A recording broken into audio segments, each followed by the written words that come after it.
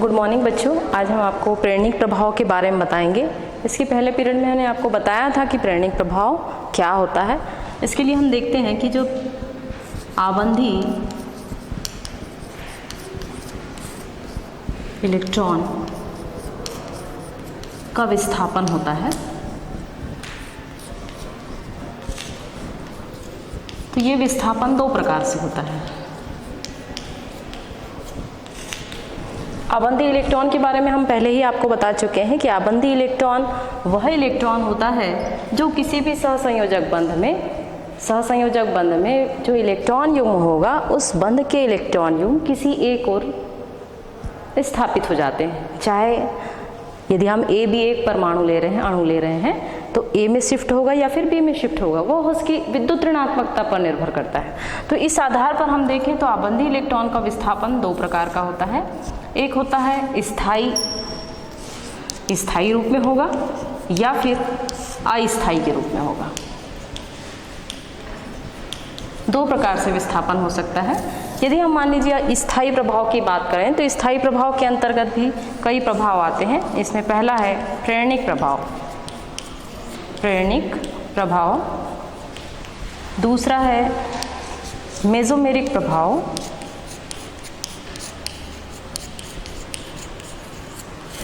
तीसरा है अनुनाद प्रभाव,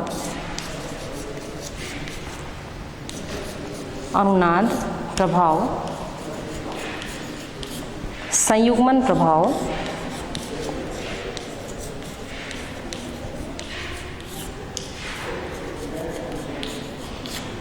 और पांचवा है अति संयुग्मन प्रभाव। अति संयुग्मन प्रभाव, ये सभी प्रभाव स्थायी प्रभाव होते हैं जो किसी भी कार्बनिक यौगिक में मौजूद होते हैं स्थायी रूप में। और अगर हम अस्थायी प्रभाव की बात करें तो अस्थायी प्रभाव जो है किसी भी अभिकर्मक की उपस्थिति में होगा। और इसके अंतर्गत यदि हम देखें तो दो प्रकार हैं। इसमें नंबर एक है इंडक्टोमेरिक प्रभाव और दूसरा प्रभाव है इलेक्ट्रोमेरिक प्रभाव।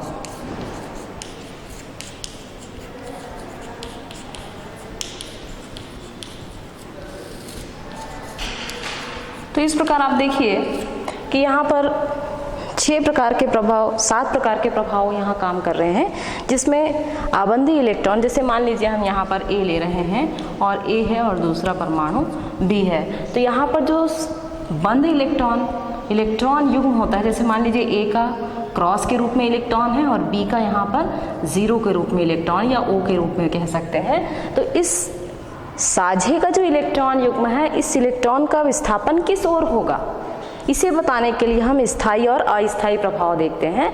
यदि स्थायी प्रभाव की बात हो रही है तो यह ध्रुवणता पर निर्भर करती है, ध्रुवण प्रभाव पर निर्भर करती है कि उसमें ध्रुवण प्रभाव किस प्रकार है। और यदि हम अस्थायी प्रभाव की बात करते हैं तो अस्थायी प्रभाव जो है ध्रुवणता पर निर्भर करती है। तो यहाँ पर जो विस्थापन होगा, जैसे कि मैंने आपको विद्युत ऋणात्मकता के बारे में बताया था कि यहाँ पर जो साझे का इलेक्ट्रॉन युग्म है, ये साझे का इलेक्ट्रॉन युग्म के कारण जो बंध बनता है उसे हम सहसंयोजक बंध कहते हैं। और इस सहसंयोजक बंध में साझे का इलेक्ट्रॉन युग्म ए की ओर विस्थापित होगा या बी की ओर विस्थापित होगा, यह डिपेंड करता है उनकी विद्युत ऋणात्मकता पर। मान लीजिए यहाँ पर विद्युत ऋणात्मकता बी की अधिक है और ए की कम है, तो जो साझे का इलेक्ट्रॉन युग्म है वो बी की ओर शिफ्ट हो जाता है या बी की ओर चला जाता है। और इस वजह से जो यहाँ जो बी का परमाणु है उस पर आंशिक ऋणावेश आ जाएगा और जो ए का परमाणु है उस पर आंशिक धनावेश आ जाता है। तो यही है कि आबंधी इलेक्ट्रॉन, बंध में भाग लेने वाले जो इलेक्ट्रॉन है उनका विस्थापन किस ओर होगा, यह उस श्रृंखला में पहले से ही मौजूद है। अगर पहले से ही श्रृंखला में मौजूद है तो उसे हम कहेंगे स्थायी प्रभाव। यदि पहले से वो प्रभाव मौजूद नहीं है, उसके लिए हमको एक्स्ट्रा कोई अभिकर्मक की आवश्यकता होती है। अभिकर्मक उसमें हमको उसकी उपस्थिति हमें देनी पड़ेगी और जब हम उसकी उपस्थिति वहाँ देंगे तो ये प्रभाव होगा अस्थायी। तब ये काम करेगा, लेकिन जैसे ही हम उस अभिकर्मक को हटा देंगे तो यह काम करना बंद कर देगा। तो इस आधार पर सबसे पहला प्रभाव हम आपको बता रहे हैं प्रेरणिक प्रभाव।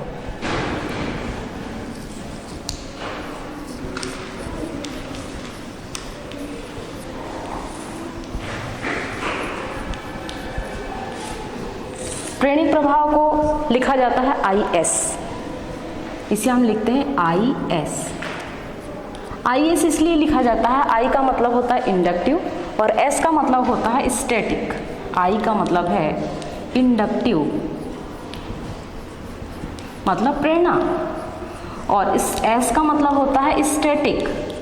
स्टैटिक का मतलब होता है स्थायी या स्थिर। जो किसी भी श्रृंखला में, जो कार्बन की श्रृंखला हाइड्रोजन और कार्बन से मिलकर जो संरचना होती है, उसमें पहले से ही वह स्थायी रूप में मौजूद होता है, तो इस प्रभाव को हम कहते हैं प्रेरणिक प्रभाव। जैसे हम एक श्रृंखला में आपको बताते हैं, जैसे मान लीजिए यहाँ पर C, C, C और Cl एक श्रृंखला है। इसको हम इस प्रकार भी लिख सकते हैं, यहाँ पर हाइड्रोजन आप बताएंगे इस प्रकार से, हाइड्रोजन संरचना जैसे हाइड्रोजन और कार्बन की श्रृंखला के रूप में होती है। ये संरचना इस प्रकार से आप बता सकते हैं, CH3 CH2 CH2 CH2 Cl है। तो यहाँ पर देखिए हाइड्रोकार्बन से मिलकर बनी हुई श्रृंखला है, जिसमें अंतिम रूप में आप देखिए यहाँ पर क्लोरो समूह जुड़ा हुआ है। तो क्लोरो समूह और कार्बन समूह, इनके बीच में असमानता आपको दिखाई दे रही है। तो यहाँ जो कार्बन का परमाणु है और क्लोरीन का परमाणु है, तो इनके बीच में, यहाँ सभी के बीच में आप देखिए सहसंयोजक बंध जुड़ा हुआ है, और सहसंयोजक बंध में जो भी बंध यहाँ पर मौजूद है, उसके बाईं ओर और दाईं ओर जो भी परमाणु होंगे, उनके शेयरिंग से या उनके साझे से ये बंध बना हुआ है। बगैर साझे के तो बंध बन नहीं सकता है। तो यहाँ जो सहसंयोजक बंध बना हुआ है, उनके बीच में आपको समानता दिखाई दे रही है, क्योंकि यहाँ पर जो परमाणु दिखाई दे रहे हैं वो समान परमाणु हैं, सभी कार्बन परमाणु दिखाई दे रहे हैं। लेकिन अंतिम में आप देखिए ये आपको भिन्नता दिखाई दे रही है कि यहाँ पर C के साथ क्या जुड़ा हुआ है, क्लोरीन जुड़ा हुआ है। तो यहाँ पर जो असमानता आपको दिखाई दे रही है, इस असमानता के आधार पर यदि हम देखें तो कार्बन और क्लोरीन के बीच यदि विद्युत ऋणात्मकता में यदि हम अध्ययन करें, तो हमको ये पता चलेगा कि जो कार्बन की आकृति होती है या उसका आकार होता है वो बड़ा होता है क्लोरीन की अपेक्षा, और क्लोरीन का आकार छोटा है कार्बन की अपेक्षा। तो इस प्रकार से आप देखेंगे कि यहाँ पर यदि हम विद्युत ऋणात्मकता का अध्ययन करें तो क्लोरीन की विद्युत ऋणात्मकता कार्बन से अधिक होती है। इसका मतलब है कि यहाँ पर साझे का जो इलेक्ट्रॉन युग्म है, मान लीजिए यहाँ पर कार्बन के इलेक्ट्रॉन है क्रॉस के रूप में और इसे हमने O के रूप में लिया है। ये दोनों के इलेक्ट्रॉन है यहाँ पर, इसको हम इलेक्ट्रॉन युग्म कहते हैं। इस इलेक्ट्रॉन युग्म को खींचने की क्षमता क्लोरीन में अधिक होती है, और क्लोरीन में अधिक होने के कारण क्लोरीन में आंशिक ऋणावेश आ जाएगा विद्युत ऋणात्मकता के कारण। यहाँ पर आंशिक ऋणावेश आ गया, और जब आंशिक ऋणावेश इस क्लोरीन पर आ रहा है तो कार्बन में क्या होगा, आंशिक धनावेश आ जाएगा। तो यहाँ पर आप देखिए आंशिक धनावेश आ रहा है। तो आप देखिए यहाँ पर आंशिक धनावेश आने के बाद यह जो धनावेश है वो इस पूरी श्रृंखला में वितरित होगा, और यहाँ से ये धनावेश जो है दूसरे कार्बन में पहुँचेगा, और इनके बीच में यदि हम अम्लता की बात करें तो इस धनावेश की अपेक्षा इस धनावेशित कार्बन की बात यदि हम करें तो ये दुर्बल होगा। यहाँ पर यदि हम माने तो इसे हम C1 ले सकते हैं, डेल्टा 1 ले सकते हैं। इसको हम यहाँ पर जैसे एक धनावेश है तो यहाँ पर 2 धनावेश बता सकते हैं, यहाँ पर आप इसको 3 धनावेश बता सकते हैं, यहाँ पर आप इसको 4 धनावेश बना सकते हैं इसे।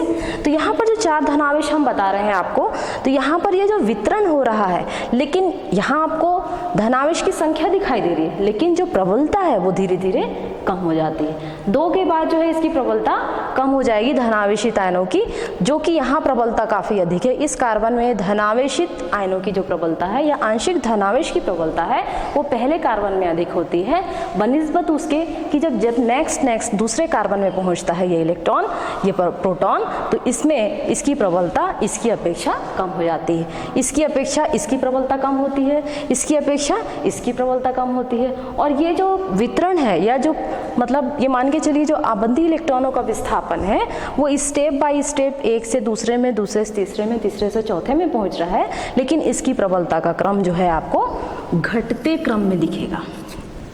यहाँ पर प्रबलता का क्रम आपको धनावेश तो बढ़ते हुए क्रम में दिख रहे हैं, लेकिन जो प्रबलता है, जैसे आप देखिए जो ऊर्जा है, सूर्य की ऊर्जा है, सबसे पहले ऊर्जा जो है कौन लेता है? पौधे लेते हैं। पौधे उसको 100% लेते हैं और उसका यूज़ करते हैं प्रकाश संश्लेषण की क्रिया में। आपने देखा हुआ, आपने सुना है, आपने प्रैक्टिकल किया है, प्रकाश संश्लेषण की क्रिया होती है और उस ऊर्जा को देखेंगे आप कि इस ऊर्जा का उपयोग प्राथमिक उत्पादक करते हैं, उसको खाने वाले जो शाकाहारी जीव होते हैं वो खाते हैं। तो ये एनर्जी कहाँ पहुँचती है? प्राथमिक उत्पादक में, प्राथमिक उपभोक्ता में पहुंचती है, प्राथमिक उपभोक्ता से द्वितीयक उपभोक्ता में पहुंचती है, द्वितीयक से तृतीयक में पहुंचती है, उसके बाद फिर वो टॉप कंज्यूमर में पहुंचती है। तो इस प्रकार से ऊर्जा का भी क्या हो रहा है? घटता क्रम में। जो ऊर्जा 90% आप देखिए, जो ऊर्जा आपको 90% आपको दिखाई दे रही है पौधों में, वो आपको टॉप कंज्यूमर में नहीं मिलेगी, क्योंकि ऊर्जा का व्यय हो रहा है, ऊर्जा वहाँ पर खर्च हो रही है। उसी प्रकार से यहाँ पर धन आयनों का खर्च हो रहा है और धन आयन खर्च हो रहे हैं, मतलब यहाँ जो उसकी प्रबलता होगी धीरे धीरे कम होती जाएगी। तो ये कम क्यों हो रही है? क्योंकि यहाँ पर जो अधिक विद्युत ऋणी तत्व है उससे इसकी दूरी बढ़ रही है। यहाँ इस विद्युत ऋणी तत्व जो कि क्लोरीन है, उसकी विद्युत ऋणात्मकता इस कार्बन की अपेक्षा जो है बहुत अधिक कम हो जाएगी। धनावेशित गुण यहाँ पर बहुत कम हो जाएंगे और कम होने के कारण इसकी प्रबलता का मान जो है कम हो जाएगा। तो यहाँ पर आप देखिए जो प्रेरणिक प्रभाव होता है वो स्थायी है। यहाँ पर आपको किसी अभिकर्मक की आवश्यकता नहीं है। आपने यहाँ कोई अभिकर्मक नहीं लगाया है कि आपको अभिकर्मक लगाना है तभी ये प्रेरणिक प्रभाव उत्पन्न होगा, क्योंकि प्रेरणिक प्रभाव का मतलब ही है कि प्रेरणा से उत्पन्न हो रहा है, इस ऋण विद्युतीय तत्व की उपस्थिति के कारण उत्पन्न हो रहा है। मान लीजिए यहाँ पर कोई ऋण विद्युतीय तत्व नहीं है, जैसे मान लीजिए अगर ये श्रृंखला इस प्रकार की हो, इस प्रकार की हो, तो यहाँ कोई प्रेरणिक प्रभाव काम करेगा क्या? नहीं काम करेगा, क्योंकि यहाँ पर आप देखिए कोई भी ऐसा धनावेशित धन, मतलब यहाँ पर कोई प्रेरणिक प्रभाव काम नहीं कर रहा है, क्योंकि यहाँ पर सभी कार्बन ही है और कार्बन के कारण क्या होगा? यहाँ पर समान आवेश होगा और ना ही इसमें आंशिक धनावेश होगा और ना ही आंशिक ऋणावेश होगा। तो यहाँ पर किसी भी प्रकार का आवेश काम नहीं करेगा और समान परमाणविक रूप में होगा, तो इसको हम इस प्रकार नहीं बता सकते। तो यहाँ पर तभी हो सकता है, प्रेरणिक प्रभाव तभी उत्पन्न होगा जब वहाँ पर अधिक विद्युत ऋणात्मकता और कम विद्युत ऋणात्मकता ये मौजूद होगी, मतलब विद्युत ऋणात्मकता का गुण यहाँ पर मौजूद होना चाहिए। तो यदि हम अम्लों की प्रबलता, क्योंकि अगर हम प्रेरणिक प्रभाव की बात करते हैं तो ये दो प्रकार का होता है। नंबर एक है धनात्मक आई प्रभाव और दूसरा होता है ऋणात्मक आई प्रभाव। यदि हम धनात्मक आई प्रभाव की बात करते हैं तो ये इलेक्ट्रॉन को प्रतिकर्षित करने वाला होता है और जो ऋणात्मक आई प्रभाव होता है ये इलेक्ट्रॉन को आकर्षित करने वाला होता है। तो इसको हम कहते हैं इलेक्ट्रॉन आकर्षी समूह, आकर्षी समूह होता है ये। उसी प्रकार से यदि हम धन आई प्रभाव की बात करते हैं, धनात्मक आई प्रभाव की, तो इसे हम कहते हैं प्रतिकर्षी समूह।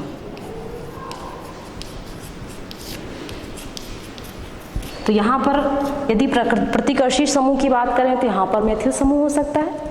प्रतिकर्षी समूह में आप मेथिल समूह ले सकते हैं, एथिल समूह ले सकते हैं, तो ये सभी प्रतिकर्षी समूह में आएंगे।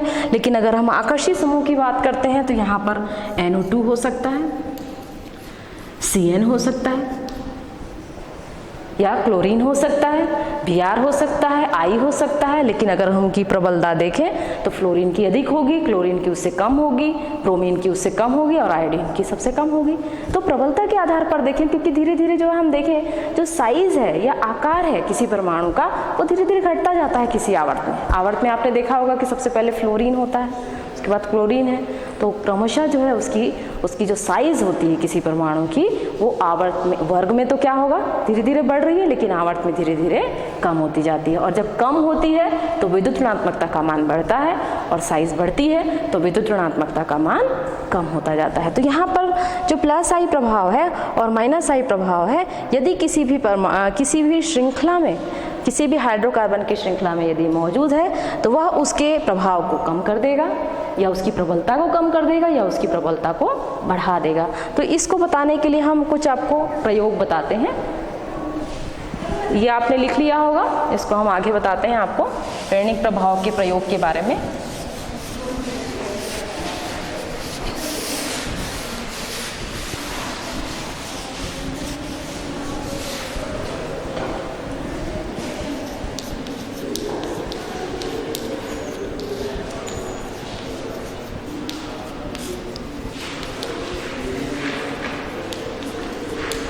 इसमें आप देखिए कि जैसे मान लीजिए हम यहाँ पर कोई भी संरचना लिख रहे हैं तो इसमें दो चीज़ों का ध्यान में रखना पड़ेगा। यदि आबंध लंबाई कम होती है, कम होगी, तो प्रेरणिक प्रभाव बढ़ेगा। यदि आबंध लंबाई कम होगी, इसको हम बताते हैं आपको, कम होगी तो प्रेरणिक प्रभाव बढ़ेगा। जैसे मान लीजिए यहाँ पर हमने लिखा है CF, यहाँ हमने लिखा है CCl, यहाँ लिखा है हमने CBr और यहाँ लिखा है हमने CI। इस प्रकार से हमने, क्योंकि ये श्रृंखला है, यहाँ पर इसके पहले जैसे हम यहाँ पर बताए हैं आपको CCl के बारे में, तो यही संरचना CF होगी लास्ट में। कभी हो सकता है Cl हो सकता है, कभी यहाँ पर हो सकता है CBr लास्ट में, कभी यहाँ पर CI होगा। तो यहाँ पर आप देखिए जो CF है इसकी बंध लंबाई कम होती है। जैसे मान लीजिए इसकी बंध लंबाई है 1.38, तो इसकी बंध लंबाई कम है बनिस्बत इसकी अधिक होगी। अगर हम यहाँ पर देखें तो इसका मान आ जाएगा 1.58, इसकी अपेक्षा ज़्यादा दिखाई दे रहा है। इनके बीच की जो बंध लंबाई हम किसे कहते हैं कि जब एक परमाणु दूसरे परमाणु के बीच में सहसंयोजक बंध बना रहा है तो उनके बीच एक लंबाई होती है। उस लंबाई का मान यदि इतना है, एंगस्ट्रॉम है, तो इसका मान इसकी अपेक्षा कम है, इसका मान इसकी अपेक्षा कम होगा। यहाँ पर यदि हम आगे देखें तो इसका मान लगभग 1.68 होता है, इसके बाद इसका मान 1.81 हो गया। तो यहाँ पर ये मतलब एक मतलब फिक्स मान नहीं बता रही हूँ मैं आपको, लेकिन यहाँ पर इसका मान लगभग इसी प्रकार का होता है। तो ये जो बंध लंबाई है इसमें आप देखिए बंध लंबाई का मान यदि कम होगा तो प्रेरणिक प्रभाव का मान बढ़ेगा। तो यहाँ पर इसका मान प्रेरणिक प्रभाव का मान अधिक होगा और यहाँ इसका मान जो है सबसे कम होगा। क्यों कम होगा? क्योंकि जो फ्लोरीन है इसकी प्रबलता अधिक होती है क्लोरीन से, उसी प्रकार क्लोरीन की प्रबलता ब्रोमीन से अधिक होती है, ब्रोमीन की प्रबलता आयोडीन से अधिक होती है। इसीलिए यहाँ पर यदि बंध लंबाई कम होगी तो प्रेरणिक प्रभाव का मान बढ़ेगा। दूसरा नंबर है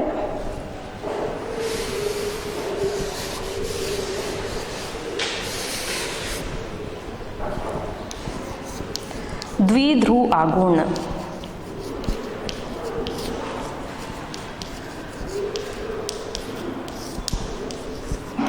यदि द्विध्रुव आघूर्ण का मान बढ़ता है,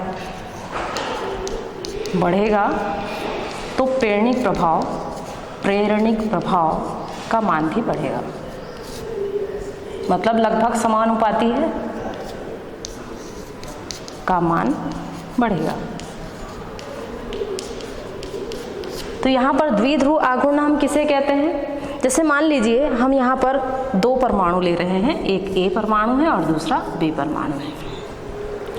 मान लीजिए इनके साझे के इलेक्ट्रॉन युग्म को खींचने की क्षमता सबसे अधिक B में है, बहुत अधिक है B में, और A में बिल्कुल भी नहीं है। तो क्या होगा, इसमें धनावेश, जिसमें जो ऋणावेश होगा वो बहुत अधिक होगा और इसमें धनावेश क्या होगा, बहुत कम होगा। तो द्विध्रुव आघूर्ण का मान जितना अधिक होगा ये आयनिक अवस्था में उतनी अधिक जल्दी आ जाएंगे। और यदि इस द्विध्रुव मतलब होता है जिसमें दो आवेश आ जाए, चाहे धनावेश और ऋणावेश दोनों की उपस्थिति होना चाहिए। जैसे मान लीजिए अगर यहाँ पर होता A या मान लीजिए यहाँ पर होगा BB, तो इसमें द्विध्रुव आघूर्ण उत्पन्न होगा क्या? यदि हम इसकी बात कर रहे हैं, A की बात कर रहे हैं या B की बात कर रहे हैं, तो यहाँ पर द्विध्रुव आघूर्ण उत्पन्न होगा? नहीं होगा, क्योंकि ये समान परमाणु है। तो समान परमाणु में द्विध्रुव आएगा ही नहीं, मतलब ये आवेश आएगा ही नहीं, धनावेश और ऋणावेश आ ही नहीं सकता, यहाँ पर मौजूद नहीं होगा, मतलब इसका मान 0 होगा। क्योंकि यहाँ पर दोनों ही परमाणु में साझे के इलेक्ट्रॉन युग्म को खींचने की क्षमता समान है, और जब समान होगी तो इसमें कोई द्विध्रुव आघूर्ण नहीं आएगा।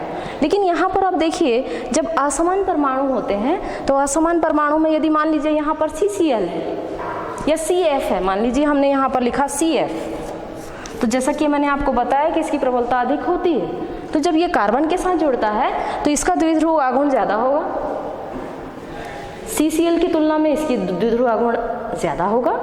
और यदि हम CBr की बात करते हैं उसका द्विध्रुव आघूर्ण जो है उसकी अपेक्षा और कम होगा। अगर Ci की बात करते हैं सबसे कम होगा द्विध्रुव आघूर्ण, क्योंकि उसमें जो प्रबलता होगी या धनावेश और ऋणावेश उत्पन्न करने की जो क्षमता होती है वो कम होती है। तो इस प्रकार से आप देखेंगे कि द्विध्रुव आघूर्ण का मान यदि बढ़ रहा है तो प्रेरणिक प्रभाव का मान भी बढ़ेगा। नेक्स्ट है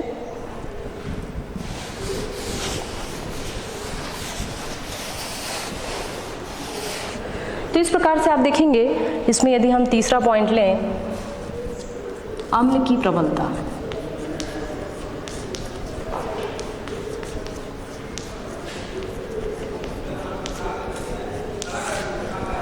अम्ल की प्रबलता की बात करते हैं तो अम्ल की प्रबलता इस बात पर निर्भर करती है कि कोई भी प्रोटॉन कितनी मात्रा में अपने प्रोटॉन को किसी यौगिक से अलग कर सकता है, मतलब प्रोटॉन को दान कर सकता है। तो प्रोटॉन दान करने की क्षमता, प्रोटॉन दान करने की क्षमता, तो प्रोटॉन दान करने की क्षमता कम है या अधिक है इस बात पर डिपेंड करता है। जैसे मान लीजिए हम यहाँ पर ले रहे हैं CH3COOH, यहाँ पर यदि हम ये यौगिक ले रहे हैं जिसका नाम है एसिटिक अम्ल, तो एसिटिक अम्ल में हाइड्रोजन को निकालने की क्षमता बहुत मुश्किल से होती है, मतलब ये आसानी से नहीं निकाल सकता अपने परमाणु से।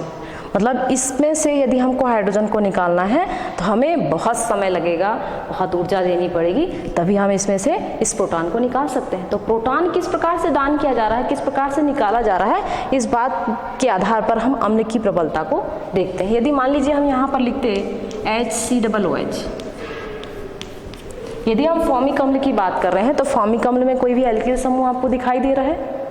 यहाँ कोई एल्किल समूह नहीं है, यहाँ पर कोई एल्किल समूह नहीं है, लेकिन CH3 में एल्किल समूह है। तो यहाँ पर +I प्रभाव डालने वाला अभिकर्मक मौजूद है, और +I प्रभाव डालने वाले अभिकर्मक के कारण इसकी प्रबलता इसकी अपेक्षा कम हो जाती है, क्योंकि ये कठिनता से इसको निकालने दे रहा है और ये इसमें से आसानी से हाइड्रोजन निकल जाएंगे।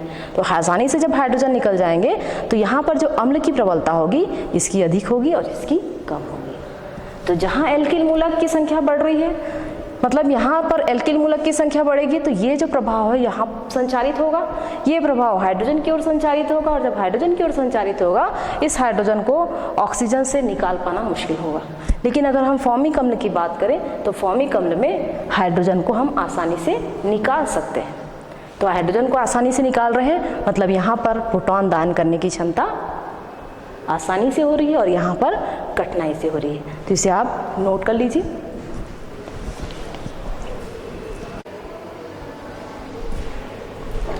इसे आपने नोट कर लिया होगा। अब इसके आगे हम आपको बताते हैं किस प्रकार से अम्लों की प्रबलता होती है।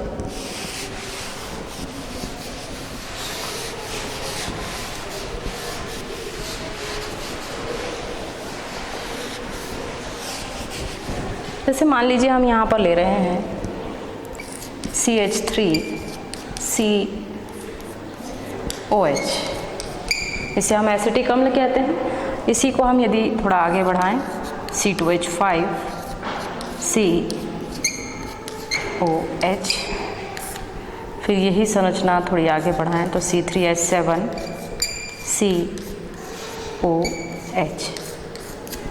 यहाँ पर आप देख रहे हैं कि यहाँ एल्किल समूह बढ़ता जा रहा है। तो एल्किल समूह बढ़ने के कारण क्या होगा, +I प्रभाव का मान बढ़ेगा। +I प्रभाव बढ़ रहा है। +I प्रभाव मतलब मेथिल समूह में भी +I प्रभाव होता है, एथिल समूह में भी +I प्रभाव है और प्रोपिल समूह में भी +I प्रभाव है। लेकिन यदि हम इसका नाम लिखें तो इसे हम एसिटिक अम्ल लिखते हैं, इसे प्रोपियोनिक अम्ल लिखते हैं, इसे हम ब्यूटियोनिक अम्ल लिखते हैं। तो यहाँ पर जो नाम है उस आधार पर यदि हम प्रबलता देखें तो यहाँ पर जैसे जैसे एल्किल समूह की बढ़ोतरी होती जाती है, यहाँ पर इसकी जो प्रबलता है, अम्ल की प्रबलता है, वो क्रमशः घटती जाएगी। तो यहाँ आप देखिए कि इसका मान अधिक होगा, तो यहाँ पर जो अम्ल की प्रबलता होगी, अम्ल की प्रबलता कम होगी या घटता क्रम होगा। तो प्लस आई प्रभाव के कारण अम्ल की प्रबलता का जो क्रम है वो घटता हुआ प्रतीत होता है, क्योंकि यहाँ पर एल्किल समूह की अधिकता के कारण, यहाँ पर एल्किल समूह कम है, यहाँ पर उससे अधिक है, और यहाँ पर सबसे अधिक है मैथिल समूह। तो जब मैथिल समूह की संख्या बढ़ती जाएगी तो प्लस आई प्रभाव मतलब प्रेरणिक प्रभाव का मान बढ़ेगा। लेकिन यहाँ जो अम्लों की प्रबलता है, क्योंकि ये सभी अम्ल है, इसको आप निम्नतर अम्ल कह सकते हैं, इसको उच्चतर सदस्यीय अम्ल कह सकते हैं, क्योंकि कार्बन की संख्या दिन ब दिन, यहाँ पर आप देखिए कार्बन की संख्या आपको 2 दिखाई दे रही है, यहाँ कार्बन की संख्या आपको 3 दिखाई दे रही है, यहाँ कार्बन की संख्या आपको 4 दिखाई दे रही है। तो अम्लों की जो प्रबलता है उसका मान घटता है। तो अम्लों की प्रबलता क्यों घट रही है? क्योंकि यहाँ पर से हम आसानी से इसमें से इलेक्ट्रॉन को, प्रोटॉन को आप निकाल रहे हैं, लेकिन यहाँ धीरे धीरे जो प्रबलता है, यहाँ पर इसको हमको निकालना है तो इसमें हमको समय लगेगा। ये आसानी से धीरे धीरे हम जाएं तो यहाँ पर प्रोटॉन को निकालने में आसानी होती है। जब प्रोटॉन को निकालने में आसानी होती है तो अम्लों की जो प्रबलता है उसका मान कम होता जाता है। तो एल्किल समूह बढ़ेंगे तो क्या होगा? प्लस आई प्रभाव बढ़ेगा, मतलब प्रेरणिक प्रभाव बढ़ेगा, लेकिन जो अम्लों की प्रबलता है वो कम हो जाती है। नेक्स्ट इसमें हम आगे देख सकते हैं।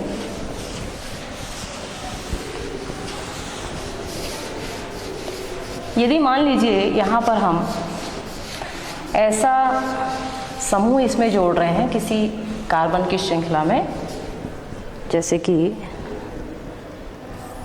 Cl CH2 COOH, उसी प्रकार से दूसरा है Cl2 CH C double bond OH, या यहाँ लिख रहे हैं Cl3 C CH2 से CH हो गया और C डबल बॉन्ड OH। इस प्रकार की यदि कोई संरचना आपको दिखाई दे रही है तो यहाँ पर देखिए, इसको हम कहेंगे मोनोक्लोरोएसिटिक अम्ल, इसे हम कहेंगे डाइक्लोरोएसिटिक अम्ल, क्योंकि यहाँ पर यदि हम संरचना लिखते हैं तो इसे हम इस प्रकार लिखते हैं एसिटिक अम्ल को CH3 C double bond OH। यही संरचना है एसिटिक अम्ल की। और यदि एसिटिक अम्ल में से एक एक हाइड्रोजन का प्रतिस्थापन जब क्लोरो समूह के द्वारा होता है, तो जब एसिटिक अम्ल से एक हाइड्रोजन निकलेगा, इस CH3 में से एक हाइड्रोजन निकलेगा, तो यहाँ क्या जुड़ रहा है? क्लोरो समूह जुड़ रहा है, तो इसका नाम हो जाएगा मोनोक्लोरोएसिटिक अम्ल। इसे हम कहेंगे डाइक्लोरोएसिटिक अम्ल। यहाँ पर एक हाइड्रोजन निकला है एसिटिक अम्ल से, यहाँ पर आपको 2 हाइड्रोजन निकलते हुए दिखाई दे रहे हैं, यहाँ पर आपको 3 हाइड्रोजन दिखाई दे रहे हैं। तो यहाँ पर कार्बन में हाइड्रोजन दिख रहा है क्या? आपको नहीं दिखाई दे रहा है। तो यहाँ पर आप देखिए कि जैसा कि मैंने आपको बताया था कि 2 प्रभाव काम करते हैं, एक तो ऋणाई प्रभाव मतलब ऋणात्मक प्रभाव, और दूसरा होता है धनात्मक प्रेरणिक प्रभाव। तो यहाँ पर जो प्रभाव काम कर रहा है वो कौन सा प्रभाव होगा? ऋणात्मक प्रभाव होगा, क्योंकि ये ऋणात्मक प्रभाव है। तो यहाँ पर जो ऋण आई प्रभाव होगा, ऋणात्मक प्रेरणिक प्रभाव, इसका मान क्रमशः बढ़ता जा रहा है, इसका मान बढ़ेगा। और जब इसका मान बढ़ेगा तो अम्लों की प्रबलता का मान भी क्या होगा? बढ़ेगा। जो अम्ल की प्रबलता है इसका मान बढ़ता है। तो यहाँ से यहाँ आप देखेंगे क्रमशः बढ़ता जाएगा। बढ़ता क्रम। तो क्यों बढ़ रहा है यहाँ पर? क्योंकि यहाँ पर यह अधिक विद्युत ऋणी तत्व है, यह अधिक विद्युत ऋणी तत्व अपने इलेक्ट्रॉन को इसकी ओर शिफ्ट करता है, ये इलेक्ट्रॉन यहाँ पर पहुँचते हैं, इसलिए कार्बन में घनत्व अधिक बढ़ जाता है, और इस तरह से यहाँ से प्रोटॉन को आसानी से आप निकाल सकते हैं। तो यदि प्लस आई प्रभाव बढ़ेगा या धनात्मक प्रेरणिक प्रभाव बढ़ेगा तो अम्लों की प्रबलता घटती है, और यदि ऋणात्मक प्रेरणिक प्रभाव बढ़ेगा तो अम्लों की प्रबलता का मान भी बढ़ेगा। तो इसको हम इस प्रकार से बता सकते हैं, यदि हम ये अम्लों की प्रबलता बता रहे हैं, ठीक इसी तरह हम क्षारकों की प्रबलता बताते हैं। तो क्षारकों की प्रबलता को बताने के लिए आपको ये ध्यान में रखना है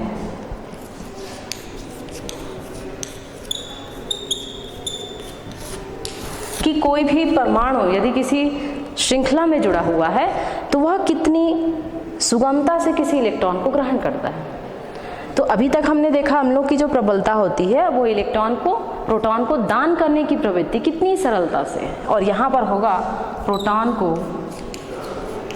ग्रहण करने की प्रवृत्ति।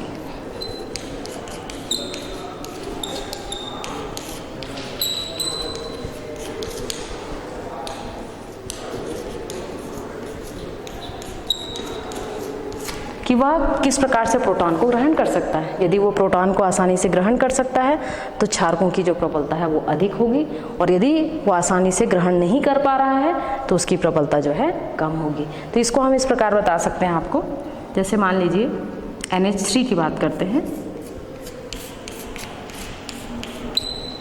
अमोनिया।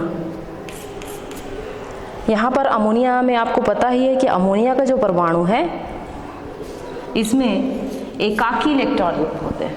अमोनिया में एकाकी इलेक्ट्रॉन युग्म होता है, लेकिन अगर इसके साथ कोई मैथिल समूह जुड़ जाए, मान लीजिए इसके साथ कोई मैथिल समूह जुड़ रहा है CH3, एक मैथिल समूह जुड़ा तो इस प्रकार से इसकी संरचना होगी। यहाँ पर इसे हम कहेंगे अमोनिया, लेकिन यहाँ पर ये संरचना, यदि यहाँ पर एक मैथिल समूह एक हाइड्रोजन के द्वारा प्रतिस्थापित हो गया तो इसे हम कहेंगे मेथिलेमिन। उसी प्रकार से दो हाइड्रोजन यहाँ से प्रतिस्थापित हो गए तो इसको हम इस प्रकार लिखेंगे CH3 NH। इस प्रकार से यहाँ पर आप देखिए अमोनिया के बाद आ गया एक हाइड्रोजन प्रतिस्थापित होकर एक मैथिल समूह जुड़ा जिसे हम कहेंगे मेथिलेमिन। उसके बाद आप देखिए दो हाइड्रोजन प्रतिस्थापित हो रहे हैं तो दो मैथिल समूह जुड़ रहे हैं। उसके बाद यदि तीन हाइड्रोजन प्रतिस्थापित होंगे तो तीन मैथिल समूह जुड़ेंगे, CH3N।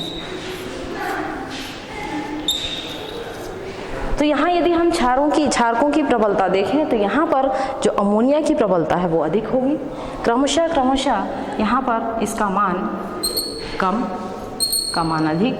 और जब हम टर्शरी एमीन की बात करते हैं, या हम कह सकते हैं इसको तृतीयक एमीन की बात कर रहे हैं, तो तृतीयक एमीन में जो क्षारकों की जो प्रबलता होगी वो अधिक होगी, क्योंकि यहाँ पर प्लस आई प्रभाव क्रमशः बढ़ रहा है, और प्लस आई प्रभाव बढ़ने के कारण नाइट्रोजन पर जो घनत्व होगा वो बहुत अधिक बढ़ जाएगा, और इसलिए इस क्षारक की प्रबलता प्लस आई प्रभाव बढ़ने के कारण बढ़ती जाती है। तो यहाँ पर यदि हम इसी आधार पर यदि हम एसिटिक अम्ल और क्लोरो एसिटिक अम्ल की बात करें, यदि यदि क्वेश्चन पूछा जाए कि एसिटिक अम्ल और क्लोरो एसिटिक अम्ल में कौन प्रबल है, तो इसमें आप बता सकते हैं कि जो एसिटिक अम्ल है उसमें प्लस आई प्रभाव डालने वाला एल्किल समूह है, और यदि हम क्लोरो एसिटिक अम्ल की बात करते हैं तो क्लोरो एसिटिक अम्ल में जैसे मैंने आपको बताया ये, तो यहाँ पर माइनस आई प्रभाव डालने वाला है। तो यहाँ आप देखिए यदि एसिटिक अम्ल की बात करें तो यहाँ पर इसकी जो प्रबलता होगी ये कम होगी, और यदि माइनस आई प्रभाव डल रहा है तो क्लोरो एसिटिक अम्ल की अपेक्षा अधिक प्रबल होता है, क्योंकि यदि प्लस आई प्रभाव है तो उसकी प्रबलता घट जाती है, और यदि माइनस आई प्रभाव है तो अम्लों की प्रबलता बढ़ जाएगी। ठीक इसी तरह यदि हम क्षारकों की प्रबलता देखें तो क्षारकों की प्रबलता में यहाँ पर यदि एल्किल समूह यहाँ आपको दिखाई नहीं दे रहा है, लेकिन जैसे जैसे एल्किल समूह की संख्या बढ़ती जाती है क्षारकों की प्रबलता जो है बढ़ती जाएगी। तो बढ़ने के कारण इसमें यदि प्लस आई प्रभाव का मान बढ़ रहा है तो यहाँ क्षारकों की प्रबलता क्रमशः बढ़ती जाती है, इसलिए तृतीयक एमीन का मान अधिक होता है अमोनिया की अपेक्षा। तो ये क्यों अधिक हो रहा है, क्योंकि यहाँ पर इसका घनत्व नाइट्रोजन में अधिक होता है, इसलिए प्रोटॉन को ग्रहण करने की प्रवृत्ति जो है आसान हो जाती है, आसानी से ये प्रोटॉन को ग्रहण कर लेता है, क्योंकि नाइट्रोजन जनरली क्या होता है, प्रोटॉन को दान करने की क्षमता रखता है, क्योंकि आपको पता ही है कि ये एक लुईस अम्ल के रूप में होता है, और यहाँ पर प्रोटॉन को दान करने, लुईस क्षार के रूप में होता है, प्रोटॉन दान करने की क्षमता होती है, लेकिन यहाँ पर हम क्षारकों की प्रबलता प्रोटॉन ग्रहण करने की प्रवृत्ति के लिए कह रहे हैं। तो प्रेरणिक प्रभाव का जो मान होता है, ये प्रेरणिक प्रभाव का मान यदि द्विध्रुव आघूर्ण बढ़ेगा तो प्रेरणिक प्रभाव बढ़ेगा, और यदि यहाँ पर आबंध लंबाई का मान यदि कम हो रहा है तो द्विध्रुव आघूर्ण का मान क्या होगा, यदि द्विध्रुव आघूर्ण का मान अधिक है तो प्रेरणिक प्रभाव का मान बढ़ेगा, और यदि आबंध लंबाई कम है तो प्रेरणिक प्रभाव अधिक होगा।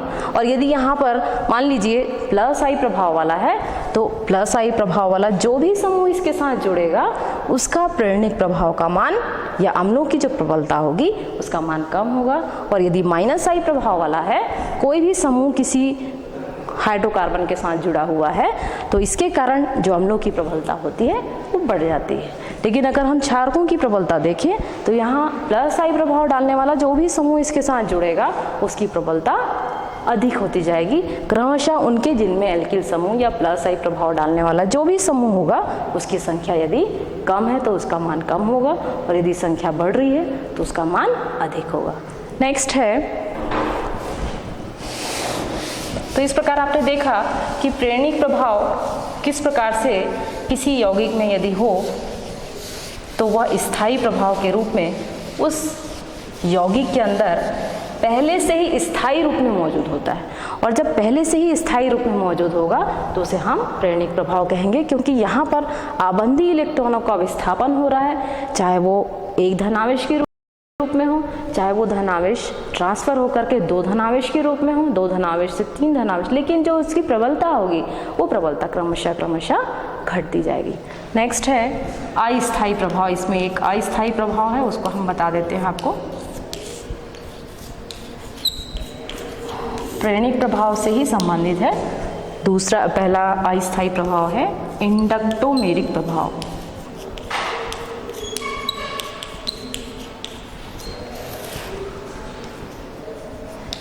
इंडक्टोमेरिक प्रभाव, इंडक्टोमेरिक प्रभाव जैसे हमने आपको इंडक्टिव इफेक्ट, जो हमने प्रेरणिक प्रभाव बताया था उसका नाम है इंडक्टिव इफेक्ट, उसको इंग्लिश में इंडक्टिव कहते हैं। और जो दूसरा है इंडक्टोमेरिक प्रभाव, इसे हम लिखते हैं ID। जैसे हमने प्रेरणिक प्रभाव के लिए क्या लिखा था, IS लिखा था हमने प्रेरणिक प्रभाव के लिए, उसी प्रकार से जो इंडक्टोमेरिक प्रभाव है उसके लिए ID लिखा जाता है। मतलब ऐसा प्रेरणिक प्रभाव जो कि कैसा है, डायनामिक है या गतिक है। D का मतलब होता है डायनामिक, या इसे हम कहते हैं गतिक अवस्था। अभी तक हमने स्थायी अवस्था देखी प्रेरणिक प्रभाव की कि वहाँ पर उस श्रृंखला में वो स्थायी अवस्था में मौजूद होता है तो उसे हम प्रेरणिक प्रभाव कहते हैं, स्थिर अवस्था में मौजूद है। लेकिन अगर ऐसा प्रभाव जो कि गतिक अवस्था में किसी हाइड्रोकार्बन के साथ जुड़ा हुआ है और वो मौजूद है तो उसे हम कहेंगे ऐसा प्रेरणिक प्रभाव जो कि डायनामिक है या गतिक रूप में है, तो इसे हम कहेंगे इंडक्टोमेरिक प्रभाव। तो यहाँ पर इंडक्टोमेरिक प्रभाव या कोई भी गतिक अवस्था यदि प्राप्त हो रही है तो इसके लिए किसी अभिकर्मक की आवश्यकता होती है। जैसे हम मान लीजिए हमने यहाँ लिखा CCl,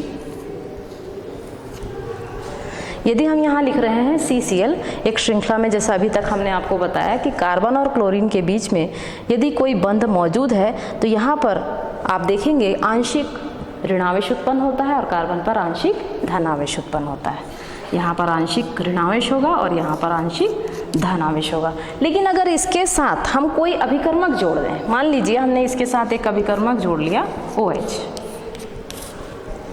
यदि एक अभिकर्मक हम बाहरी अभिकर्मक जोड़ रहे हैं और ये अभिकर्मक जब CCl के साथ अभिक्रिया करता है तो इसके साथ जुड़ करके इसके जो आंशिक आवेश हैं उसको पूर्ण आवेश में बदल देता है। तो यहाँ पर अभिकर्मक की उपस्थिति में ये अभिक्रिया होगी और अभिक्रिया होने के बाद ये एक उत्क्रमणीय अभिक्रिया के रूप में होगी और यहाँ एक बंध बन जाएगा इस प्रकार से OH या HO लिख सकते हैं आप, HO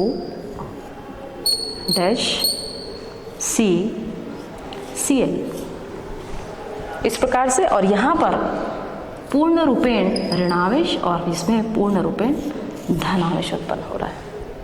लेकिन जैसे ही इस अभिकर्मक को हम हटा देते हैं, ये जो OH अभिकर्मक है, चूंकि हमको पता है कि इनके बीच में प्रेरणिक प्रभाव काम कर रहा है, इनकी श्रृंखला में प्रेरणिक प्रभाव काम कर रहा है, लेकिन इस प्रेरणिक प्रभाव में को यदि हमको पूर्ण आवेशित करना है, क्योंकि यहाँ पर जो है आंशिक आवेश है, और जैसे ही हम इस प्रभाव को गतिक अवस्था में लाना चाहते हैं तो इसमें हम कोई बाहरी अभिकर्मक जोड़ते हैं और इस बाहरी अभिकर्मक की उपस्थिति में ऐसा यौगिक बन जाता है जो इस OH को CCl के साथ जोड़ देता है और OH को CCl के साथ जोड़ रहा है और इनके बीच में एक बंध निर्मित हो रहा है, जिसके कारण कार्बन पर पूर्ण रूपेण धनावेश उत्पन्न हो जाता है जो कि आंशिक था, और क्लोरीन पर पूर्ण रूपेण ऋणात्मक आवेश उत्पन्न हो रहा है। लेकिन जैसे ही हम इस OH को हटा दें तो यह अभिक्रिया क्या होगी, पुनः अपनी प्रारंभिक अवस्था में पहुंच जाएगी और प्रारंभिक अवस्था में पहुंचने के बाद फिर से यह CCl अवस्था में परिवर्तित हो जाती है।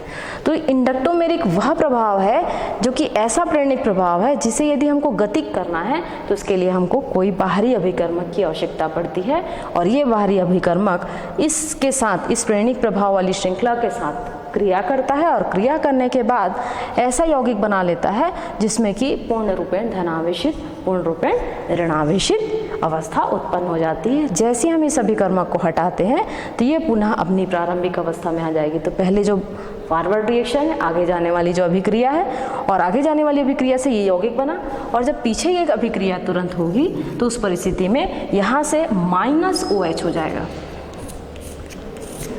यहाँ -OH करेंगे तो यहाँ से OH हट जाएगा, और OH हटने के बाद ये पुनः अपनी प्रारंभिक अवस्था में आ जाता है। तो प्रारंभिक अवस्था में आ रहा है मतलब इस अभिक्रिया को कहेंगे हम इंडक्टोमेरिक अभिक्रिया या प्रभाव। इंडक्टोमेरिक प्रभाव वह प्रभाव है जो ऐसी प्रेरणिक अवस्था जिसमें किसी अभिक्रिया जो कि एक कार्बनिक यौगिक, जिसमें आपको देखना आप देखेंगे कि यहाँ पर प्रेरणिक प्रभाव पहले से ही उपस्थित है स्थायी रूप में, और इस स्थायी प्रेरणिक प्रभाव में यदि कोई बाहरी अभिकर्मक हम डालते हैं तो वह बाहरी अभिकर्मक उस श्रृंखला के साथ अभिक्रिया कर लेता है और उसे गतिक बना देता है, और उसमें पूर्ण रूपेण धनावेशित और ऋणावेशित आयन आ जाते हैं।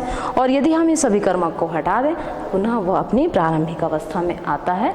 तो इसे हम कहते हैं इंडक्टोमेरिक इफेक्ट। क्योंकि ये प्रेरणिक प्रभाव से संबंधित है इसलिए हमने इसको इस अस्थायी प्रभाव को अस्थायी इसलिए कह रहे हैं क्योंकि अभिकर्मक होगा तो ये अवस्था आएगी, और यदि अभिकर्मक नहीं होगा तो ये अवस्था नहीं आएगी। तो इस प्रकार से आज के लिए हम एक स्थायी प्रभाव अस्थायी प्रभाव आपको बताया। अब नेक्स्ट टाइम आपको अगले प्रभाव के बारे में बताएंगे। Thank you.